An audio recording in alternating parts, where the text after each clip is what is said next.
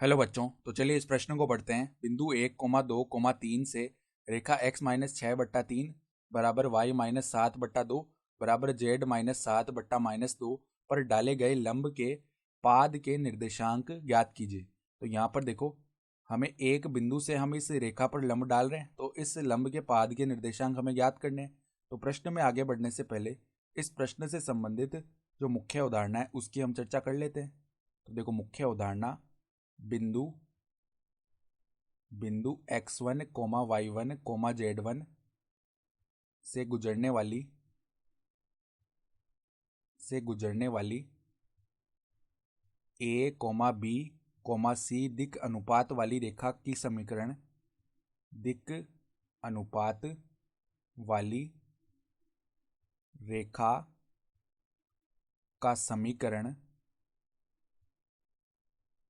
समीकरण देखो हम क्या लिखते हैं। यहाँ से ये समीकरण हम लिखते हैं, यदि रेखा L है तो x-x1/a बराबर y-y1/b बराबर z-z1/c बराबर में लेमडा कार्तीय रूप में होता है ये समीकरण। ठीक है, तो अब देखो हमें सवाल में क्या बताया हुआ है।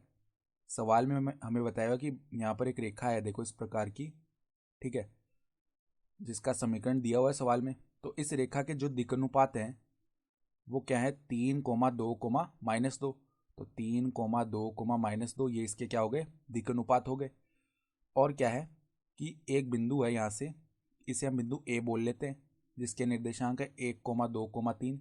इससे हम क्या कर रहे हैं, इस रेखा पर डाल रहे हैं लंब। तो ये लंब जो है इस रेखा को जिस बिंदु पर काटेगा, यानी कि मान लो उस बिंदु को हमने बी बोल दिया है, तो हमें बी के निर्देशांक ही तो बताने हैं। ठीक है, तो अगर हम इस रेखा को एल बोल दें तो यहाँ पर हम बिंदु बी के निर्देशांक कैसे लिखेंगे, एक बार बिंदु बी के निर्देशांक x, y, z बोल देते हैं। ठीक है, तो अब देखो सवाल में जो रेखा दी हुई है उसके हिसाब से अगर लिखें x, y और z के पहले मान ज्ञात करें, तो देखो x-6 बराबर 3 यानी बट्टा 3 है। फिर देखो y-7/2 है बराबर z-7/-2 है। इसको एक बार मैंने लेमडा बोल दिया। तो अगर x का मान लिखें यहाँ से तो 3 लेमडा प्लस में 6 आ जाएगा, y का मान लिखें तो 2 लेमडा प्लस में 7 आ जाएगा, और z का मान लिखें तो -2 लेमडा प्लस में 7 आ जाएगा। ठीक है, अब देखो यहाँ से हम जानते हैं कि दो लंबवत रेखाओं के दिक् अनुपातों के गुणनफलों का जो योग है वो 0 होता है। तो अगर हम ए बी रेखा है इसके दिक् अनुपात लिखें, ए बी के दिक् अनुपात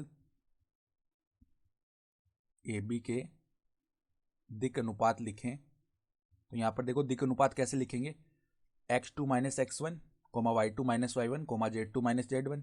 तो क्या हो जाएंगे, देखो x - 1, y - 2, z - 3, ये आ जाएंगे दिक् अनुपात। और जो L रेखा है उसके दिक् अनुपात तो हमें पता ही है, 3, 2, -2। तो ये जो दोनों रेखाएं हैं ये आपस में लंबवत है, तो इनके दिक् अनुपातों के गुणनफलों का जो योग है वो 0 हो जाएगा।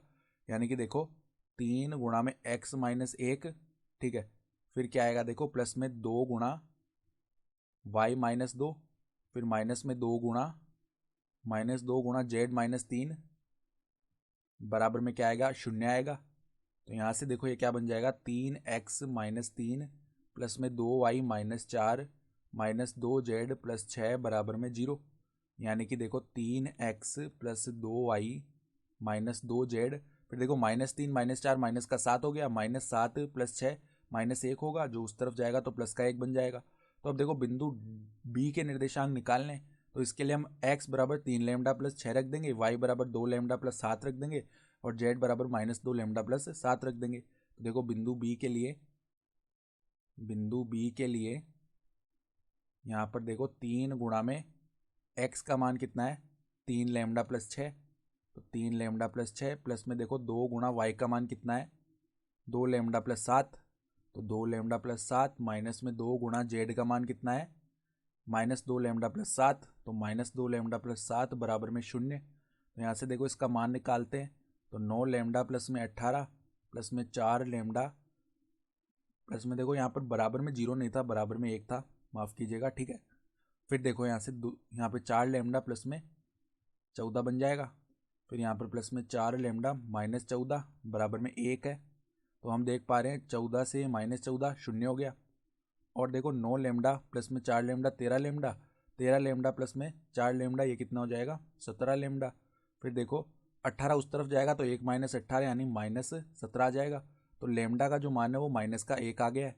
तो अब लेमडा का मान -1 है तो एक्स का मान किसके बराबर था, 3 लेमडा प्लस में 6 यानी 3 गुणा -1 प्लस में 6, तो ये 6 माइनस 3 यानी कि 3 बन जाएगा।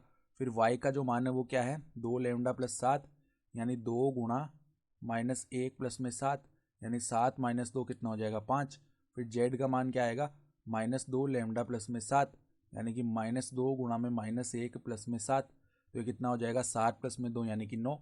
तो देखो अभिष्ट बिंदु बी के निर्देशांक क्या आ गए, बिंदु बी के निर्देशांक जो कि लंबपात बिंदु भी है उसके निर्देशांक आ चुके हैं 3,5,9। तो 3,5,9 और यही हमारा क्या हो जाएगा, उत्तर भी हो जाएगा। ठीक है, तो आशा करता हूँ कि आपको ये प्रश्न समझ में आया होगा। धन्यवाद।